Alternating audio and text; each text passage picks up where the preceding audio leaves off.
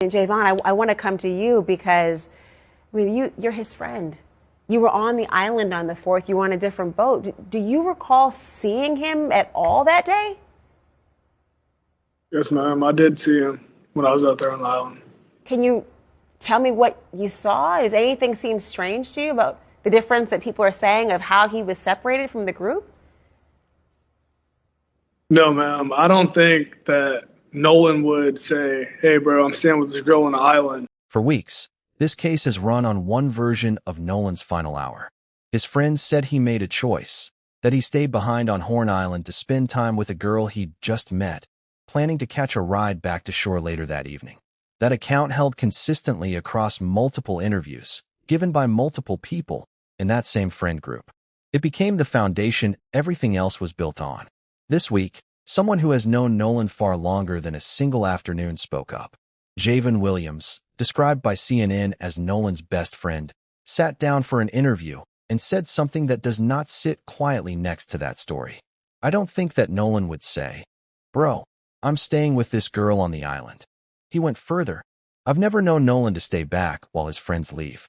He's always been a guy where if he rode with you, he's going to come back with you." That is not a vague feeling. That is a specific, testable claim about a pattern Jayvon says he watched hold for years. And he is not alone in making it. Nolan's own father has said, independently, that the family cannot understand why their son would ever separate from the group he arrived with. Tonight, we are laying out exactly what Nolan's best friend actually said, what it means for the story that has stood for weeks, and why the person closest to Nolan is the one now saying it does not add up. If you're new here, this is exactly what we do differently on this channel. We do not chase the loudest theory circulating online.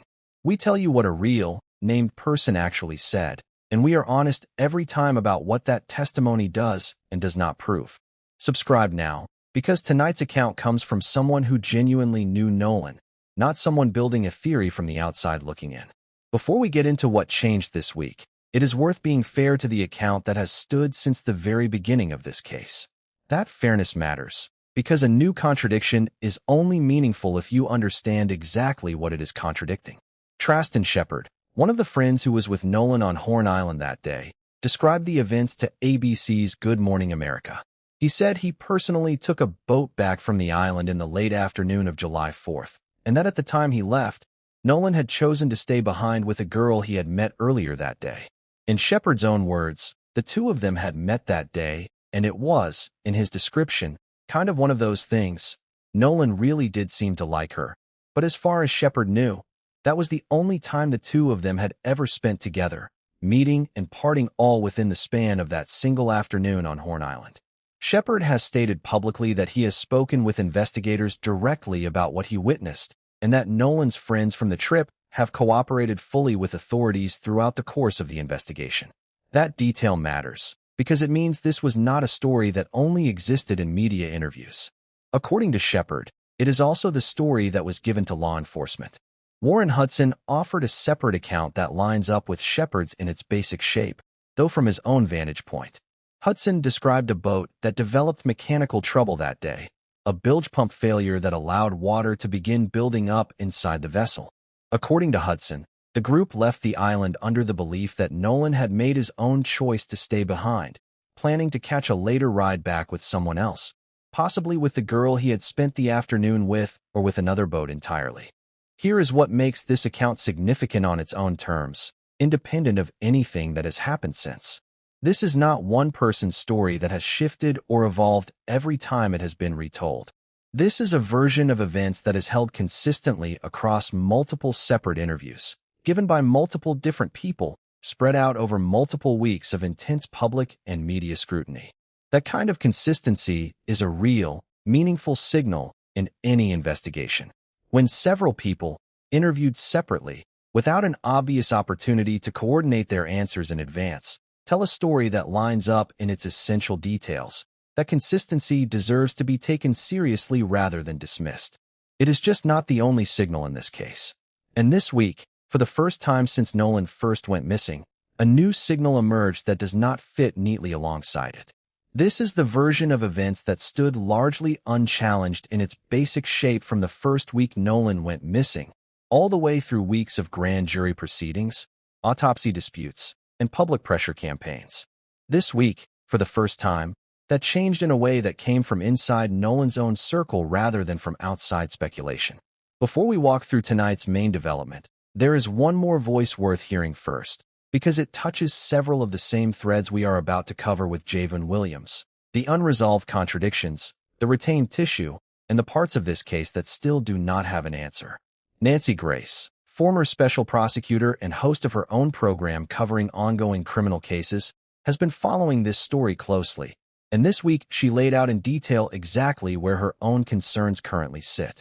She began by acknowledging the scale of what happened that day, that this was a 4th of July boat trip involving hundreds of people out on Horn Island, and that despite that scale, no one has yet come forward describing having witnessed the specific moment Nolan went missing. Grace was careful, from the outset, to frame her concerns with appropriate caution. She noted plainly that the full evidence in this case has not been made public, and that anyone commenting from the outside is, in her words, seeing the situation through a mirror darkly. There has been one state autopsy, and its full findings have not been released. The family separately commissioned a private, independent autopsy, and that examination returned a finding of undetermined.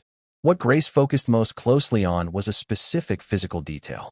She described deep red discoloration on the back of Nolan's skull, specifically located on the occipital bone, found in the subcutaneous tissue beneath the skin.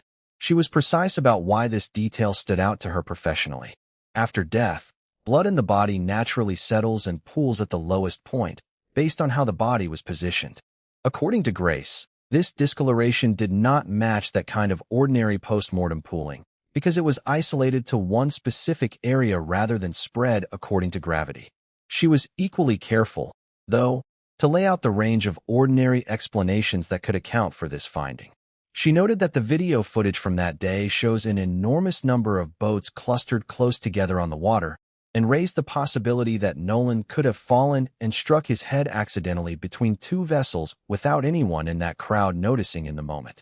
She said directly that there are many accidental possibilities that remain fully on the table, and that this finding alone does not point definitively toward any one explanation.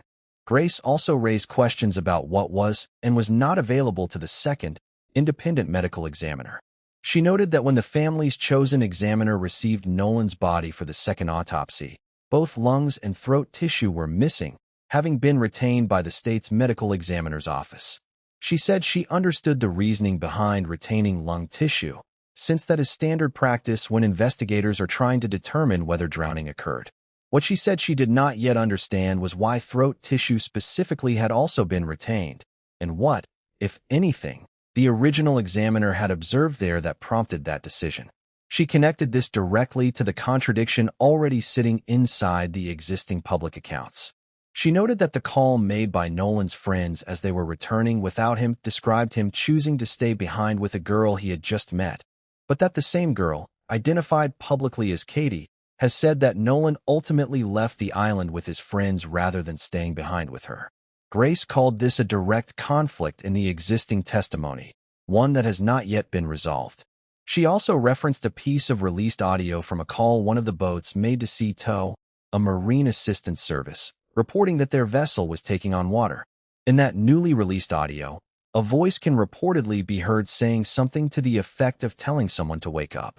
Grace said she intends to keep pursuing what that statement meant, who it was directed at, and whether the audio itself is authentic and unaltered. Throughout all of this, Grace repeatedly and explicitly stated that she does not know what any of these details ultimately mean. She described many accidental possibilities as still being fully in play, and said this case could move in a number of very different directions before anyone has real, confirmed answers. She specifically pointed out that Nolan was 18 years old, the same age as her own children, and said that as a mother she understood exactly why this family continues to push publicly for answers. That is exactly where we have tried to keep this case as well, on this channel. Not a verdict, not an accusation against any specific person. A list of real, unresolved questions, held honestly, without pretending that any of us, including trained legal commentators like Nancy Grace, currently knows more than what has actually been confirmed through official channels. Tonight, we are adding one more thread to that growing list. Someone who has known Nolan longer than almost anyone else we have featured on this channel is now saying, in his own words, that the story everyone accepted for weeks does not sit right with him either. To understand why this next contradiction carries the weight that it does, you need to understand exactly who is making it, because not all contradictions in a case like this carry equal weight. CNN itself describes Jayvon Williams as Nolan's best friend. This is not a passing acquaintance offering a secondhand impression. This is not someone repeating a rumor they heard from someone else in the friend group. This is someone with a documented, years-long closeness to Nolan that predates July 4th entirely, and that closeness is part of the public record in how major outlets have chosen to identify him. Jayvon was actually present on Horn Island that day. According to what he has described publicly, he was originally supposed to be on the same boat as Nolan, but that particular boat filled to capacity before he was able to get on board, so he ended up on a different vessel entirely. That detail matters, because it places him at the scene independently, on his own boat, rather than as part of the specific friend group whose account has anchored this case since the beginning. Jayvon has described the last time he saw his best friend in a detail that has clearly stayed with him. He says that as the two of them parted that afternoon, Nolan told him that he loved him. That is the detail Jayvon carries forward as the final memory of his friend, before everything that followed. This context matters before we even get to what Jayvon actually said, because it establishes something important.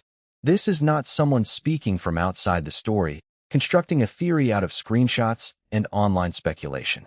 This is someone who was physically there that day, who watched his best friend walk away from him for what turned out to be the final time, and who is now choosing to speak publicly, on the record, with his full name attached, about what does not sit right with him. Here is what Jayvon actually said in full, because the specific wording matters more than any summary of it could. Speaking with CNN's Laura Coates, Jayvon was asked directly whether anything seemed strange to him about the differences in how people have described Nolan being separated from the group. His response was plain and immediate. He said he does not believe that Nolan would have told his friends to go ahead and leave without him, and specifically, that Nolan would not have let them leave without even asking to get his phone back first. He was pushed further on what made him so confident in that assessment, given that so much time had passed and so many people had already told a different version of events. He answered by describing something closer to an established, tested pattern rather than a one-time impression. In his words, he has never known Nolan to stay behind while his friends leave. He described Nolan as someone who, if he rode somewhere with you, was always going to come back with you, every single time, without exception, based on years of actually knowing him. It is worth pausing here to notice exactly how specific that claim is, because vague character statements are common in cases like this and generally carry very little evidentiary weight. This is different. Jayvon is not simply saying that Nolan seemed happy that day or that nothing appeared wrong to him in the moment. He is making a direct, testable statement about a consistent behavioral pattern, built and observed over years of friendship. That is the kind of claim that either holds up when examined closely, or it does not. It is specific enough that it cannot easily hide behind vagueness. It is equally important, in the interest of fairness, to be precise about what Jayvon is not claiming, because it would be easy for coverage of this case to overstate his account into something it is not. Jayvon was not present for the specific moment in question. He did not personally witness Nolan's friends leave the island, and he did not hear whatever conversation, if any, took place in the final minutes before that boat departed without Nolan. What he is offering is something different in kind from an eyewitness account. It is a pattern of behavior, built and reinforced over years, that makes the official version of events feel wrong to someone who genuinely knew Nolan at a deep level. That distinction between character-based doubt and eyewitness contradiction matters, and we are going to return to it directly in a moment. Jayvon is not the only person close to Nolan who has raised this exact doubt. Elmore Wansley, Nolan's father, has said something publicly that echoes Jayvon's account almost exactly, without any apparent indication that the two of them coordinated their statements beforehand. Elmore has said plainly that the family cannot fathom why their son would ever have chosen to separate from the group he arrived with. He described this as something the family actively taught Nolan over the years, not as an abstract value they hoped he absorbed, but as a specific, repeated rule. He described telling Nolan directly, including during his time in college, that if you travel somewhere with a group of 5 people, you come back with all 5 people. Do not separate from the group, under any circumstances, because safety comes from staying together in numbers. Elmore said Nolan always acknowledged this instruction and, as far as the family knew, consistently followed it. Elmore also pointed to something specific about that day that struck him as out of character. He said that when Nolan was out with friends, it was not uncommon for him to check in, even with something as simple as a brief message letting his mother know he was heading home. On this particular day, no such call or text ever came from Nolan directly. The message the family eventually received came from one of his friends instead. Elmore was also asked why the family did not grow immediately alarmed earlier that evening. He explained that it was Nolan's last free weekend before he was scheduled to report back for football camp that Monday, and that the family assumed he simply wanted one last night out before the structure and training schedule of the season took over. Elmore described watching Nolan grow noticeably more serious about football over that summer, training consistently and beginning to understand, in Elmore's words, that at a certain level it stops being just fun and starts being something closer to a business that requires real discipline. What matters here, more than any single detail, is the structure of what has happened this week. This is now 2 separate people, from 2 entirely separate relationships to Nolan, a lifelong best friend on one side, and his own father on the other, independently landing on the exact same core doubt. Neither of them was describing a joint theory they had worked out together. Neither of their public statements appears to be a direct response to the other's specific wording. They arrived at the same conclusion separately, based on their own individual years of knowing Nolan as a person. That is not proof of anything on its own, and we are not going to pretend that it is. But it is a real, specific pattern that deserves to be taken seriously. Not one secondhand rumor circulating online, but 2 people with about as deep a knowledge of who Nolan actually was as anyone could have, independently saying the same thing does not add up to them. Here is where we need to slow down and apply the exact same standard we have applied to every other claim in this case, because it would be easy to let a compelling, emotionally resonant quote become more significant than it actually is as evidence. People do things once that do not match their usual, established pattern.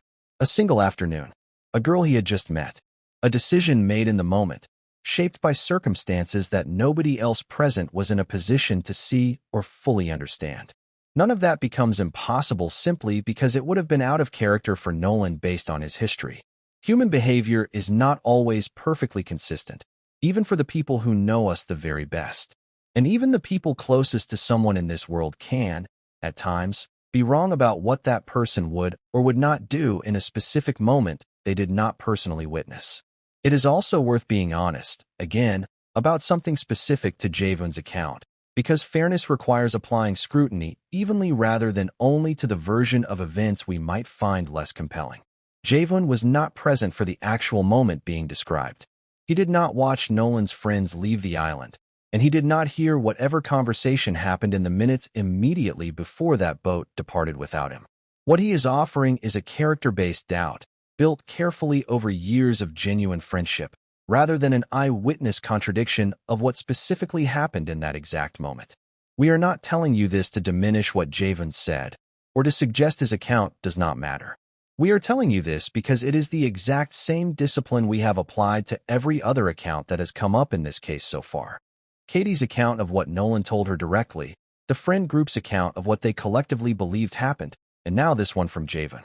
A claim built on character and long-term pattern carries real, genuine weight in helping us understand a case like this. It is simply not the same category or strength of evidence as someone who actually witnessed the specific moment in question happen with their own. This next part is what actually separates Jayvon's account from most of the noise this case has generated online, and it is worth understanding fully before we move forward, because it complicates any attempt to fit him neatly into one side or another of this story. Jayvon was directly asked about a video that has circulated widely on social media, which many viewers believe showed an argument involving Nolan. He said he genuinely cannot tell from the footage whether Nolan is even in that video. In his assessment, the audio in the clip sounds too clear and too close for how far away the camera appears to be positioned, which raised his own doubts about what exactly the footage is capturing. He went further, explaining that the altercation in question actually matches a completely separate incident he witnessed personally, involving a different friend entirely, not Nolan. According to Jayvon, that friend became extremely agitated and got into a heated dispute on the boat that day, to the point that other people present, including parents on the vessel, worked to physically calm him down and get him safely back to land. Jayvon says he was one of the people helping to calm that specific friend down, and that the voice heard yelling in the circulating video is very likely that friend's voice, not Nolan's. Jayvon also stated, clearly and on the record, that investigators have not yet contacted him directly, despite the fact that he was present on the island that day and is, by any reasonable account, one of the people closest to Nolan. He described finding that surprising, given how directly relevant his knowledge of Nolan would seem to be to the investigation. He was clear that he is not upset about this and has nothing to hide, and that he would be entirely willing to speak with investigators whenever they choose to reach out. Jayvon was also asked directly about a theory that has spread widely across social media, the idea that race may have played a role in what happened, given that reporting has noted Nolan appeared to be the only black teenager visible in some of the photos circulating from that boat that day. Jayvon was notably careful in how he responded. He said he did not want to frame his answer around that specific question, but he did offer context, explaining that he and Nolan both grew up in an area where having friends of different races is common and unremarkable, and that in his view, this case is not centered on race, even though he understands why that framing has emerged given how little else about the case has been explained. This is a genuinely significant thing for him to have said publicly, because it directly cuts against part of the broader public conversation that has grown around this case. It would likely have been easier, in terms of public sympathy and attention, for Jayvon to simply align himself with whichever version of the story was generating the most engagement online. He did not do that. In the very same conversation, he maintained both of these positions at once, that he does not believe race is the central driver of what happened, and that the specific details around how Nolan ended up separated from his phone and his keys still genuinely do not add up to him. That combination is rare in a case that has generated this much online noise and speculation. Jayvon is not confirming the darkest available version of this story circulating publicly. He is also not simply accepting the simplest, most convenient explanation either. He is occupying what is, in some ways, the hardest possible position to hold publicly, genuinely unconvinced from the inside, without a theory to sell, and without an obvious personal agenda that would explain away his own doubt. There is a second thread connected to Jayvon's family that adds real, specific detail to a question this case has circled back to constantly since it began. What actually happened to Nolan's phone? Jayvon's mother, Tashima, has described helping Nolan's mother, Christine, track down his phone on the night he first went missing. According to Tashima, two separate pieces of technology gave two different answers that night. Christine's own location tracking app showed the phone in one specific place, while Nolan's Snapchat location showed the same phone somewhere else entirely, at the exact same time. When Tashima physically went to the location indicated by the tracker, she says the lights inside the home were off, and that it took the teenagers inside roughly 15 minutes to actually produce and return Nolan's phone to her. She described some initial confusion over exactly who had physical possession of it. At one point, she was told it was sitting inside a friend's truck. Shortly after, she was told instead that a different person, a girl, was going to be the one to bring the phone out to her. It is important to be precise about exactly what this detail does and does not establish, in keeping with the standard we try to hold throughout every part of this case. 15 minutes, on its own, is not an unusually long span of time, and there are entirely ordinary explanations that could account for confusion on a chaotic, emotional night like that one. A group of frightened, overwhelmed teenagers, suddenly confronted by a parent searching desperately for their missing friend, might reasonably not know immediately where a specific object was located or who currently had it in hand. What this detail does establish is something more specific and more grounded than online speculation. This is not a secondhand rumor relayed through a stranger on the internet. This is a specific, named, on-the-record account given by the mother of Nolan's own best friend, describing exactly what she personally experienced while trying to physically retrieve that phone on the single most chaotic night of this entire case. Here is where things actually stand tonight, laid out as plainly as we can manage. The friend group's account that Nolan chose to stay behind on Horn Island has held consistently across multiple separate interviews for weeks. This week, that account met real, credible pushback from two people with about as deep a knowledge of who Nolan actually was as anyone in this case. His best friend and his own father, independently landing on the exact same core doubt, without any clear indication that they coordinated their public statements. Neither of them witnessed the actual moment in question directly.